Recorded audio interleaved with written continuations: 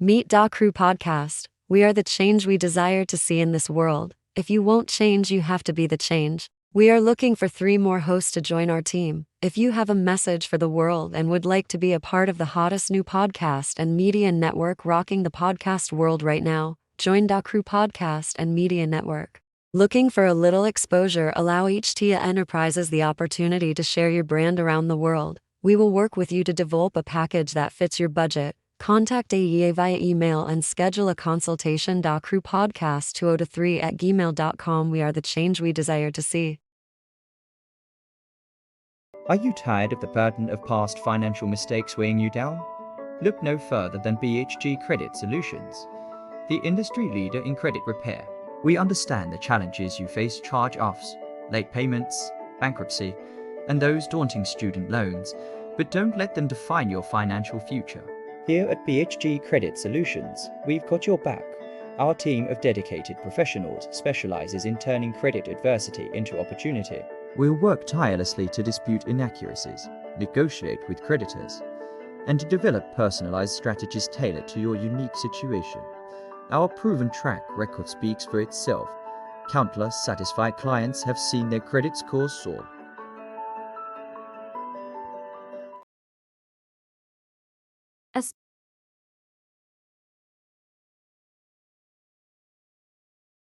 Aspiring Authors Magazine is a founding sponsor for DACREW Podcast. Get featured inside the magazine and allow your voice to be heard around the world. Aspiring Authors Magazine is an international magazine founded in May of 2020 by Queen Angela. Get featured.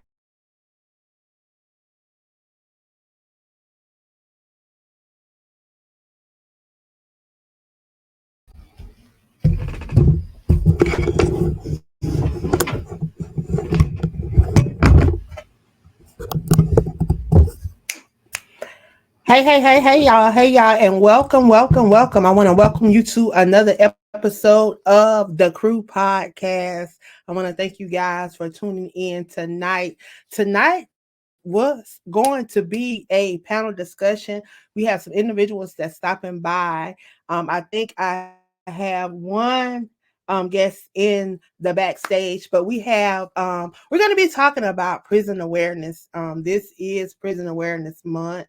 Going to be giving my guests an opportunity to share their perspective and to share their thoughts because they have someone that is incarcerated. And what we are doing is being a platform and an outlet for individuals to be able to share. Of course, you guys know that I am an advocate for those that are wrongfully and overly incarcerated. Currently, I'm working with some individuals in the state of Texas that are currently incarcerated at the Conley unit in Kennedy, Texas. So I am definitely hands-on with this. So often we don't realize that this is an issue because it's not happening directly to us. It's not happening to one of our family members or one of our loved ones. And then it hits us, and then we have to deal with it. So we're going to get a perspective from someone that has someone behind prison walls and what it's like. I want to thank you guys for tuning in. For those that do not know who I am the visionary of the Crew Podcast. My name is Angela Thomas Smith, but of course, most of you guys know me as the queen of collaboration across most social media platforms in these social media streets. My whole desire is to let people know that they have purpose. We are the change that we desire to see in this world. And we have to be that change that we want to see. So I'm going to move on out the way, give my guest an opportunity to introduce herself. And then, y'all, we're going to jump in this conversation. I want you guys to make sure if you have questions, if you have comments, that you are commenting in the commenting section. Also, please share this in your circle of influence because you never know what the next person may be in need of. You never know what they may be going through and what advice, what nugget you may be able to give them. So please share this in your circle while I bring my guests up. Hello, I am Petra Bailon. I am married to an individual who is incarcerated currently at Conley Unit. He has been incarcerated for 13 years, and we have been married for 5. Uh, and I've been here for him. And in these 5 years, he was before he was at Eastham Unit, and now he's at Conley. He's been at Conley for the last 5 years, and it has been Wow. a everyday struggle. There's always something.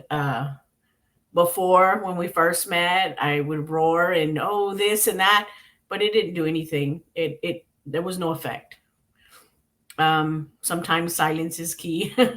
you know, no answer is an answer. It was it was going on unheard ears. They literally don't care. And Well, that's what they want. That I've realized that that's what they want you to do. They want you to back up. They want you to stop. They want to try to give you the runaround.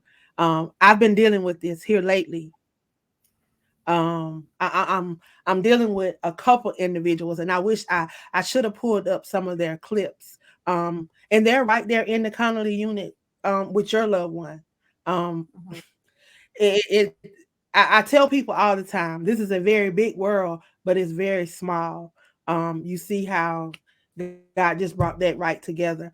And I have a YouTube, and I think I have right now maybe about 100 videos and clips from individuals that are at the Connolly unit, sharing about different things that's happening there, different things that they're doing, and just different stuff. So I've been getting it from everybody because I've talked to someone that's been there for 33 years and have been at the Connolly unit, I want to say the last 11. They've been at the Connolly unit for the last 11. Then there's someone that's been there 25 years. Yes. Someone's been there 12 years. Like it and like Well, you know, they and I try live they try to intimidate you, and I refuse to allow them to do that. Um I I I had live some 1 hour issues because I away also from have a you. magazine. Mhm. I'm sorry. I live 1 hour away from the unit, and I used to actually work with guards that are there, and I didn't Mhm. realize it because they worked with me at Walmart until they had started posting that they had became COs there. And I never let them know, like, hey, my husband is incarcerated there or anything, because I would pay attention to their conversations. And Right. I've told my husband, I said, I keep them on because if I ever need to go back and show people, like, hey, you know what, this is exactly what COs say about inmates. They make fun of them. They treat them like animals. I've literally seen them say, I told some guy no today just to make him mad. Like, what's the point of that? Like, are they not human too? Do you think you'll never be in their But they position? don't think so. They don't think so. They think that because they are wards of the state, that they belong to the state, and um they don't have rights. you know I just had this conversation with one of the inmates today. I it's sad because every Monday I have conversations with them. I listen to them. They it's really sad. Yes. They they keep magazines, they keep they important mail, they keep they do all types of stuff, and then you have to go above and beyond. Like I keep a paper trail because they're not just going to get an email from me, but they're going to get an email going to your regional director. You're going to get an email going to the executive director. You're going to get an email going to the Congress people. You're going to get an email going to the ombudsman, and you're going to have about 20 people in this email, and somebody gonna move now, and they're gonna do what they supposed to do. And see, they wait until you get to to the writing of the letters and the running ads in the magazines and in the newspaper and calling the news stations before they want to do something. But it's too late for all that. They have had their opportunity to do right by the people that they have been given charge over. And it start with the top. It start with the government. See, it's too much corruption going on in the state of Texas, and they just open up a can of worms when they allowed this man to walk free, when it's quite, I mean, a blind person can see that this man is guilty as all outdoors. You got a mistress, you've been doing this, money going this place, and people just keep turning the left. No, we're not doing that. We're not gonna keep turning the left cheek and the right cheek. No, we don't did all that. Those times are over. And it's time for these people to do right by the people. They need to do what they have been elected to do. You got all these laws that some of these people shouldn't even be incarcerated. Some of these people, some of them did do what they did, but you gave them too much time, and then you make it hard for them to get released. Why? Because the people that sit on the parole board are former COs, former police officer, lawyers, DAs. They former people that had the power to put them there. So of course you put them there, they're a number to them. They're another dollar sign to them. That's all they is to them. And until we get these people out of office, and I'm not even in the state of Texas. That's why it's so crazy. I'm not even in the state of Texas. I'm out here on the East Coast. I'm in South Carolina. But I get up in the morning and I call these people and I harass these people because you're going to do right by the ones that I have contact with now. I'm in contact with them. So guess what? I got to do right by them now. When you know better, you got to do better. And that's what's happening. People are realizing, hey, these people are mistreating these people. They slapping peanut butter on bread and molded bread at that. Old bologna, salami, whatever they can give these people. I look at these pictures that these people send me. You put soup. Who puts a dab of soup on 2 loaves of bread and call that a sandwich? And then you throwing it to them in what they call Johnny's. What is a Johnny? And when do you start doing drive-bys? What happened to them going in the cafeteria and sitting down and having a hot meal like humans? When did all that stop? Their excuse is always, I get passionate about this because that's crazy. I'm sorry. Their excuse is always that they're short-staffed.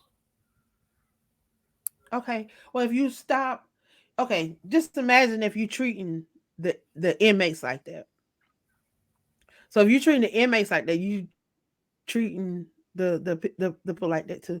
I told them it all start with the warden.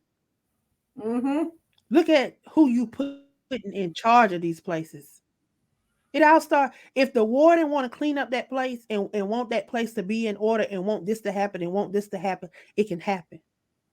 Because they're doing it in other places, so you can't tell me that it cannot happen. It's happening in other places. And these people are being rehabilitated.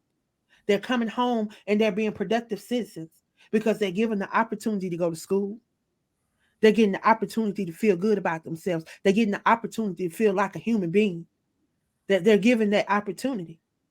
Because somebody did something wrong do not mean that they are evil people. And that's what we got to realize. Because a lot of these people that are free and on the outside that are making these decisions, they're the ones that need to be locked up. And I'll shout it to the mountaintop. I don't care. I'm not scared of them. And they're going to stop. They're going to stop doing this to people. Like I stand up against them all the time. Them people down there at Conley, they know my name. They know me by first name. They was saying Miss Smith, but now they know me by name. They Miss Angela. Miss Angela don't call over there to the regional. She don't call it and cuss them people out there. And I didn't even cuss them out. And I told him, I said, I didn't cuss them out. I said, but I did hang up on them. I said, I don't got to cuss. But I did hang up on them. Because they need to do right by their people. Like, they don't know when the shoes are going to turn. Nope. Because I got a guy that I interviewed right here in Conley Unit. He was a sheriff. The man worked for them. And he sat right there behind prison walls for something that he didn't even do. And these people want to have double jeopardy. They want to have all kind of stuff against these people.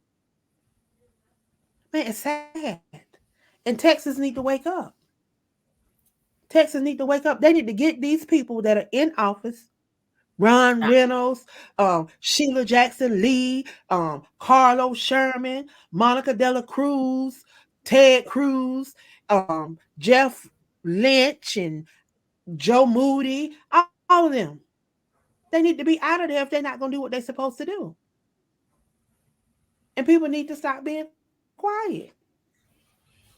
Like, I know as a wife, and you said y'all only been married 5 years. So how long have y'all known? Did y'all know each other? Did you know him before he went to prison? Or did you meet him in prison? No, I knew him before. You knew him before he went to prison? Okay. So that means, okay, he been in prison 11 years and y'all been married 5 years. So that means y'all got married while he was in prison. He's been in there 13 years. He's been there 13 years. Okay. So what made you say, okay, I'm going to marry this man? Like, this is who I want to be with, and this is what I'm going to do. Well, we met in 2008, 2009. He lived in Dallas, and I'm originally from Houston, Texas. And so I was living in Dallas at the time, and we met, and because I have children, I ended up going back to Houston to be with the father of my children. And I never heard from him, and I didn't know that it was because he got incarcerated. And even when I knew him then and what I know of him now, my husband doesn't belong in there. I have a brother who has been in and out of jail my entire life, and I call him can't get right because he don't get right. But my husband doesn't belong in there. He's smart. He's a wonderful person. He's so respectful, and I don't have a bad word to say about him. Like, we don't argue on the phone. If we do, we get over it quickly. We were told once by a friend of his, because my husband's Muslim, he said, even on y'all's bad days, y'all are still doing bad, which is because we're still apart. And so we try to keep that in mind whenever one of us gets upset with the other or so on. I have, as much as I can, been his voice out here. Again, so many times it has fallen on deaf ears that I'm not going to say I gave up, but I know now speaking with any of the wardens or any of that is useless. About not this warden, but the warden they had before this last one. I was on the phone with my husband and a guard that didn't like him. And I know she didn't like him because he was working on her crew, and she kept calling him the B word, like slang, saying, "Oh, you B." And my husband told her, he's like, "Hey, I don't talk like that. I don't allow anybody to talk like that to me." And so she kept doing it. So he said, so I put the boxes down and I walked off. I told him to let me back in my cell. Like, I told him I wasn't going to be on her crew. Well, after that, she was really upset. So one day she came in and she wrote him up and said that he had clothes hanging on a line, and he didn't. He had them hanging on his cell because he was about to take a shower. So he got a write-up for that. And then shortly after that, I was on the phone, and she came in, and I know it was her because he had told me, but all I could hear was a woman in the background going, "I said, get in the effing cell. Like, are you effing deaf? Get in the effing cell. Like, I'm not going to say it again." And I'm like, are they allowed to talk to you like that? And he's like, no, they're not. But this is the same one that's been giving me problems. So I called up there and I had spoke with that warden. And I told that warden, I know y'all record the calls. If I can hear her, then that recording can hear her. But, they can say, they said that they heard it and they didn't hear anything. I said, well, you're not going to admit to me that you heard her saying that. They're not going to say, oh, yeah, I heard her saying it. That's wrong. She was still there. She was still there. And this happened 2-3 years ago. She was still there up until maybe like a few months ago. And that's only because she transferred, not because they fired her or she got in any trouble. It's a terrible unit. He's been sick and they haven't helped him with stuff. The food, this recent lockdown, he said, I feel really sick. And so one of the cooks told him that the meat they were serving was ground beef and it was pork. Muslims don't eat pork. My husband hasn't eaten pork in over 10 years. Oh yeah, they've been serving pork. They've been doing pulled pork this and pulled pork that. I mean, I know what they've been serving. They and then they call themselves. I think it was the holiday. Labor Day was when they were supposedly had beef, but then how you gonna have some pork chops too and have beef? I said all that was pork. Mm-hmm. And that's what they do. It's a lot of people down there they don't even eat the food. They just eat the food out of commissary. But with them being on lockdown like that, they can't even get commissary like they normally get commissary. So this is a question that a lot of people that I talk to that have someone behind prison walls, they say that sometimes it make them feel like they're incarcerated too, like they're going through too. So how does it make you feel? Do it make you feel like sometimes you feel like you're doing time with them? Well, Miss Angela, when I was younger, I have been incarcerated. And because that sticks with me so much, my older brother, we're a year apart and we were inseparable when we were younger. And even then it hurt me. But now that it's my husband and, I can imagine on the holidays, on days where it's scorching hot outside and it's over here in Texas, it's 110 degrees and they don't have anything that cools them off. They give us respite showers. And then one day they skipped his respite shower because he asked more than one time. So yeah, it does. It affects me. And, sometimes when he tells me, I tell him that it breaks my heart. And he says, you know what? And my husband is really good about it. He says, it's my fault. I put myself here. That's what he says all the time. That's what I get for coming to prison. That's what he'll say. But at the end of the day, he doesn't belong there. My husband's case, we've had a lawyer working on it for 2 years. His fault was that he did sell firearms. Okay. And he sold drugs. So what happened was a guy that he had sold to rented him a car. And when he got pulled over in that car, they found out that it was jacked. And there was 2 people in the front and 2 people in the back. And the driver and the passenger in the front said, no, my husband is 6'1". And so they said, no, it wasn't him. The guy that robbed us was much shorter. Okay. My husband took it to trial because he was like, no, I might have had guns, but I didn't rob them. And so he took it to trial and the front driver and the passenger driver said, no, it wasn't him. And one of the backseat drivers said, no, it wasn't him. But just one passenger in the back said it looked like him. And he ended up getting 35 years. And like I said, he's already done what he can as far as, appealing it and everything like that. So now we have a lawyer that's just trying to reduce his sentence because they don't care, to them. He sold drugs and guns. We put him away. Yeah, but you put away the wrong person. Like how, because one person said that might look like him, you were in the back. The driver, the one that had the gun pointed at him, said, no, the other guy was much shorter and it didn't matter.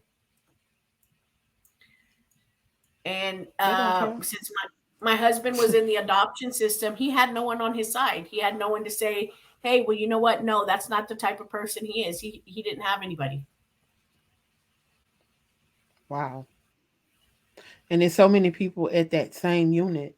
When I tell you, it's so many people at that same unit that have similar stories and have nobody to help them. Like it's sad. Um, I really have been. When I tell you, I have been sharing as many people's story as I could. That's what I've been doing. Like every Monday morning, I'm live from that unit. Um, I forget which building it is, but there's actually two. One of the guys is like what you would call a life coach. He's part of the life coaching program. Like he can roam around through the different units. Like when that last guy that committed suicide over in the unit, they were able to go out and talk to people and stuff like that. um he's been locked up for a while.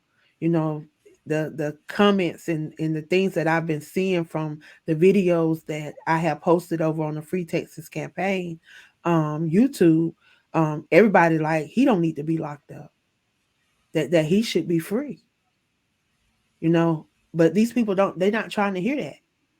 And instead of them trying to obey the laws that they have in place, because they have laws in place that would cut some of these people's time, but it's these people at this parole board that they got stuck in their mind that these people not rehabilitated because they don't believe in rehabilitation.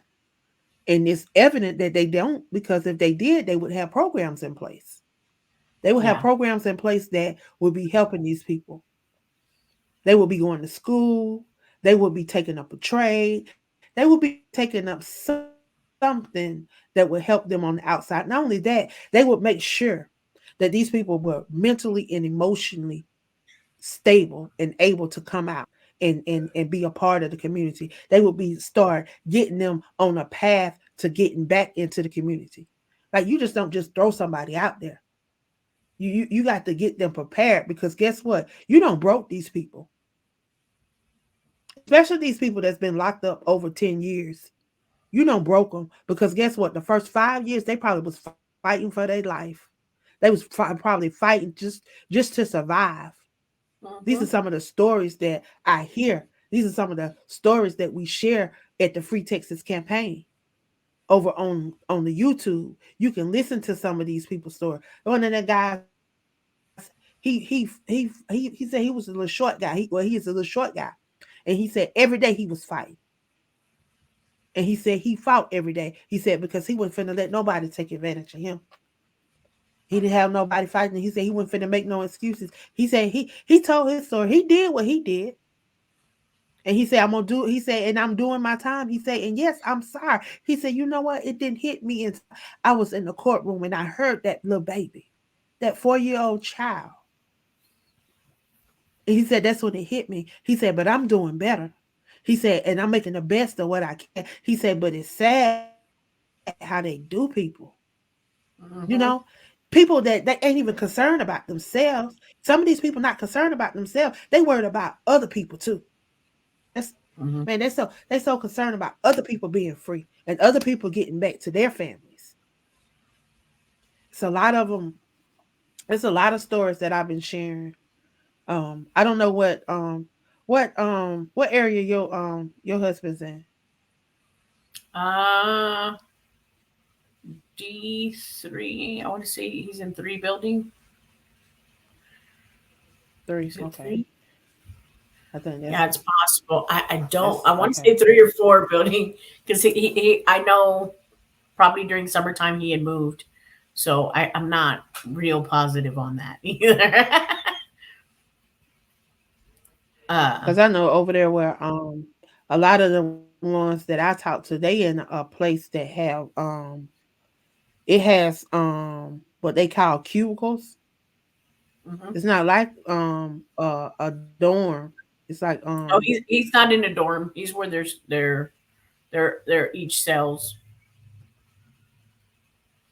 and they got cells up on the top floor and Uh-huh. around the walls, and then they got some kind of like makeshift cubicles set up in the middle, some or something, because Oh no, these people they not in no oh some of them you have to ask them next time you talk to them, because that's how it was explained to me. It's like you know how we got those dividers when we go into like those different offices and they have those dividers mhm. that it's set up like that. I think that's what from what they described to me, that's how it's set up. So everybody Okay. got their own little, they don't have to share nothing with nobody. They got their own little what's the name? The No ones little that's like in those cubicles. cubicles, what they call cubicles. Oh wow, They I'm don't gonna they have don't to. have to share with nobody. Yeah, because he's a But it's barber. like they ain't got no doors. They ain't got no He, doors. People can just walk in your people can just walk in your thing from whatever. It's just like a divider. They just got the dividers that separate everything. mhm. But yeah. I tell you, I truly have enjoyed talking to you tonight. Um, Yes, I like just it. having I conversation. love what you're doing. You know, you just It's it's just having real conversation so people can see it's not about nothing professional. It's not about no nothing. You know, this is real stuff. This is really what's happening, and we need to let people see really what's going on, and they need to see us as true as we can be. You know, so they can understand that this is real. This is what's happening. This is not nothing that you seeing on TV. This is really what's happening in my life. So I definitely want to invite you back. I'm yes. definitely going to be reaching out to I know one of the young ladies she actually started a new job on tonight. One of the young ladies that was in the chat, she actually started a new job working with Mhm. some youth. I think she's in the state of Georgia, but she started a new job tonight. But she really wanted to be here. I think she said if she could, she was going to be watching us. So she's watching out Oh, there. I definitely want to extend the invitation to her, and of course we will be back on here because every fourth Monday of the month I am going to be hosting a show and allowing individuals that want to come on, and that's anybody. If you know other wives or girlfriends that may want to come on and share, I mean, if they just want to talk about their story, any situation that's going on, anything that we can come together. And when we come together and a lot of us speak up, that's when people start realizing that, hey, yeah, there is a problem. And yes. sometimes we can't be quiet. And if everybody's speaking the same thing, then it's got to be some truth behind it, and you got to investigate it. And that's what I'm gonna keep yelling until I'm blue in the face, because just like these people, every day I see somebody saying they may coming home, and everybody that I talk to, they coming home because I keep telling them they coming home because they've been wrongfully and overly incarcerated. And them Yes. gates are gonna swing up. Them gates are going to swing open, Man. and they are gonna walk through them. Yeah, I'm telling you, Yes, they're gonna ma'am. swing open. But until they do, we gonna keep on being that voice because they need us. They need us, and they don't need us to be quiet. And that's what these people are banking on us to be quiet. Because guess what? If I hadn't opened my mouth for Mr. Drummond today, no, 2 days ago on Monday, if I hadn't opened my mouth for him, these people would have been still sitting around holding on to his money and not releasing his money when his money is supposed to be sitting over there in the U.S. District Court, because he got two appeals up there. He got two court cases in the U.S. District Court where he's Oh, suing them wow. people. He's suing, man. He's suing the state of Texas. The man, it's so many people involved in it. And what's gonna happen? It's gonna open up a whole bunch of other cases. But people acting like this ain't happened. But it was investigated. It was on the news. But then y'all brushed it under the rug like it didn't happen. But guess what? It's coming back up, and I got all the paperwork. You can't stop me. You can't shut me up, because guess what? I'm not in the state of Texas. Not in the state of Texas, so I'm not under your leadership. I'm not under your rules. I'm not under your regulations. So you can't shut me up. They're Freedom of terrible speech, laws. all that. Texas ain't part of the U.S. Constitution, and Texas ain't a part of this, and they don't have to buy it. Well, guess what? Everything that y'all doing, y'all need to show me in writing. If you can't show me in writing, then that's not the policy. because the policy is in writing. And guess what? When they was holding on to them people mail, guess what? They had to come up off their mail. They was trying to keep my magazine from getting into prison. They was trying to Wow. keep my magazine from getting into prison. My magazine been going in that prison since last year in November. And for the last two July issue, June issue, and then here it come again. They tried to keep my magazine from going, and then the warden Davis, gonna try to send it over to DRC and try to get it investigated. But guess what? I'm already hooked to Aspiring what y'all been Arthur's doing. Magazine. I already got a paper trail. Huh? Is it the Aspiring Arthur's I didn't hear Magazine? you. The Aspiring Arthur's Yes. How you Magazine? know? I Uh think huh. my husband knows about you. I'm actually typing it up in my computer now. My husband has wrote a book. Okay. So what's your husband's name? See? His name is Gabriel Bailon. Okay. I'll have to ask Mr. Drummond. Do he know him? His name is Yes, Gabriel Bailon. Gabriel Bailon. Okay. Yeah. Okay. It's Okay. a I'll ask him. yeah. I've been typing it for a while now, but I told him, I said, I can what do you call that I can put it on Amazon for free. And he's like, well, why is it taking you so long to type it? I said, I haven't typed in a really long time. It takes me a long time. Right. But yeah, to publish it. So Yeah. I was yeah. Well, yeah, they tried to keep my magazine from coming in there. They sent it out to DRC, try to say all kind of stuff about it. But truth, we share a lot of these people's story. We share different perspective. I mean, we share whatever. If it's the truth, so I'm sharing it. I don't care who don't want to hear it. It's being shared because guess what? You got a lot of these people that's locked up that need to be free. Yes, ma'am. Yeah, some of these people did do what they supposed to do, but they don't serve their time. Their time is over with. How you gonna keep somebody locked up for 33 years for something you didn't even investigate? Mr. Drummond got $100 million lawsuit and a $55 million lawsuit against these people. He had $300 for one lawsuit supposed to have been sent out, and $300 for another lawsuit supposed to have been sent out. These people did not send it out. Yeah, I want everybody to know what they did. I want every single person that listening to know what these people did. They held on to that man's stuff. He requested for $2,000 to be sent to his brother. Okay, fine. They want to investigate why he's sending $2,000. Okay, this is his brother. His brother asked for it. You need to contact his brother and ask his brother why he needs $2,000. Don't be asking him. This man is locked up. Just like, how is they getting the drugs in? This whole lockdown was brought on because those people got caught with the drugs. Somebody was circling the parking lot. They called the outside police. The outside police came. They pulled the car over. The car had cell phones, cigarettes, and drugs, all kind of stuff in it. So then they arrested all the people that was on the outside. All the what they call them people. What they call them? Not just the trustees, but the C. Yeah, not the COs. The people that the prisoners that think they COs. That's what they do.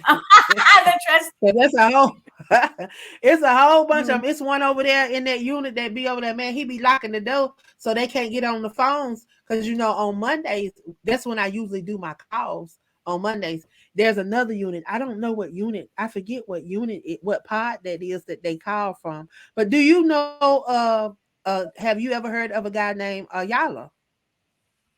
Have you ever heard your husband talking about a guy named Ayala?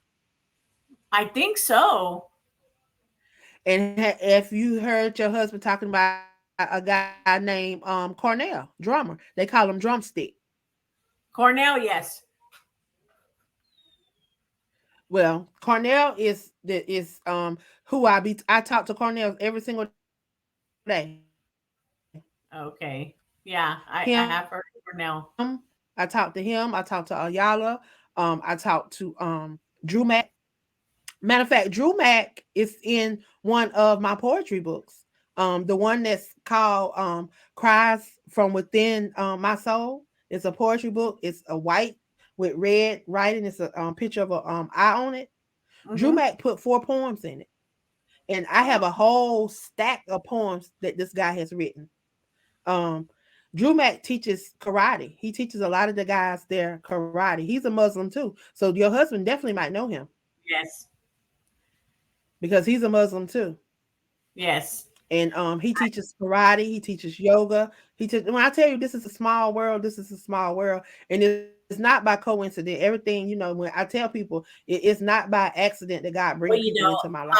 my daughter asked my husband, uh, she said, "What?" Because he always says, "I studied all religions," and she said, "Well, if you studied all religions, why did you pick Muslim?" And he says, "Well, it was the most disciplined um, when it comes to following God and how they believe in things." But he has shared a lot of names, and I know I've heard Cornell and I've heard Drew. I've heard of them, so I'm pretty sure they know who my husband is. Then I'm sure they probably talk. They definitely probably have been talking about me. They call me the queen, I think if or they you were call me. to talk with my husband, you'd have a wonderful conversation. You'd enjoy it. Well, you should tell him to tell Cornell to get him on Monday. Tell him to Okay. get him on the Monday, because I we didn't do it this past Monday, but we'll probably be back on Monday because we had a lot of stuff going on. See, I'm And here how in do you Atlanta. I'm not home in Myrtle you do a Beach. I'm video or normally in you do Myrtle phone Beach. calls? We we do it through the phone, because I do it on Blog Talk Radio. It's streamed through Blog Talk Radio, but I go live like I am live now. See, right now we're live on Facebook, Uh-huh. LinkedIn, and YouTube. And then once we get Oh, off, I'll download it, and then I'll make little clips. Like I'll make little reels, so it'll float around on Facebook, and then I'll make some little audios. Um, it'll go over to speaker.com. Speaker.com is an audio platform, so it'll be distributed to like iHeartRadio, um, different little places. Like it may even come up on Alexa, because like I got a book that's coming out on October the 1st. It's gonna release on October the 1st. So hmm. today it come up on my email. The last book that came out, my niece said it made an announcement on Alexa that I had a book coming out.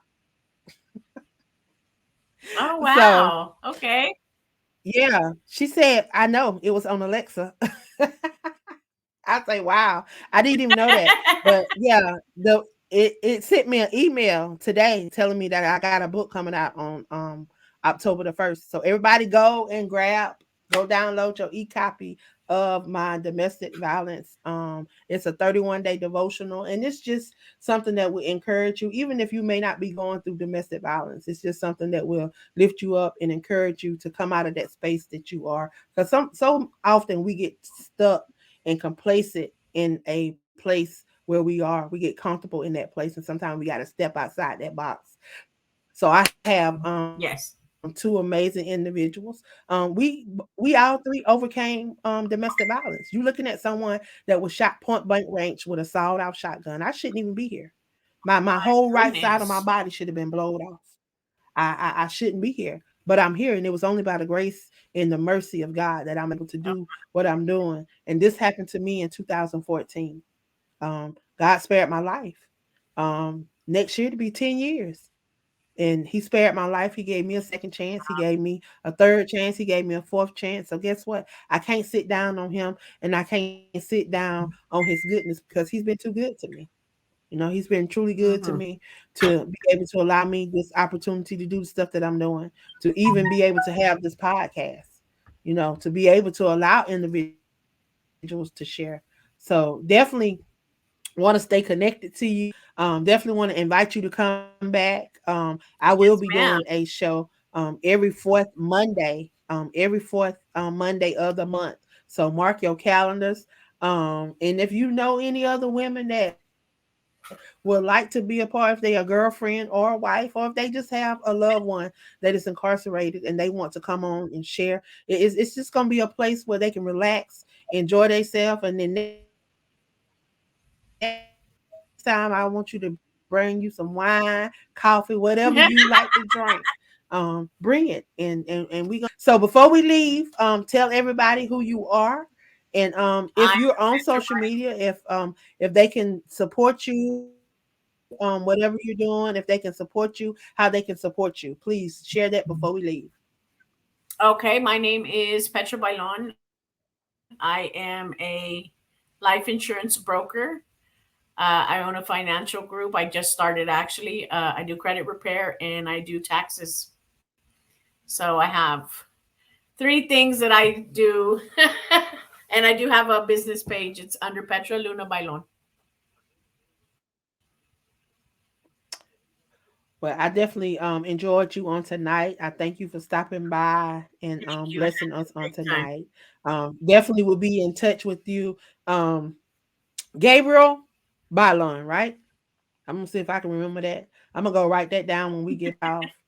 But you Okay. have a good night, and I will You definitely too. send you Thank a you so clip much for of having this. me. You are welcome. You are welcome. You have a good night, and thank you for You too. stopping by. Thank you. I want to thank everyone that chose to stop by and share with us on tonight. I tell you, I truly enjoyed this. If you know someone that is incarcerated, if you have a loved one that's incarcerated, if you are a spouse of a incarcerated person, please reach out. Share with me, be my guest. Again, we air every fourth Monday of the month, starting the month of October, and I'm excited about season 2. If you're out there and you would like to be a host on the network, please make sure that you get in contact with me, Apostle Tamala, Hezekiah, or one of these amazing hosts that's a part of the Crew Podcast. I'm telling you, you don't want to not be a part of this amazing family. We'll push you to the limit and we'll get you to step outside that box. Y'all, good night. I hope you enjoyed the show. If something touched you on tonight, I want you to share it in your circle of influence. I've enjoyed you guys. Y'all be blessed. I love you.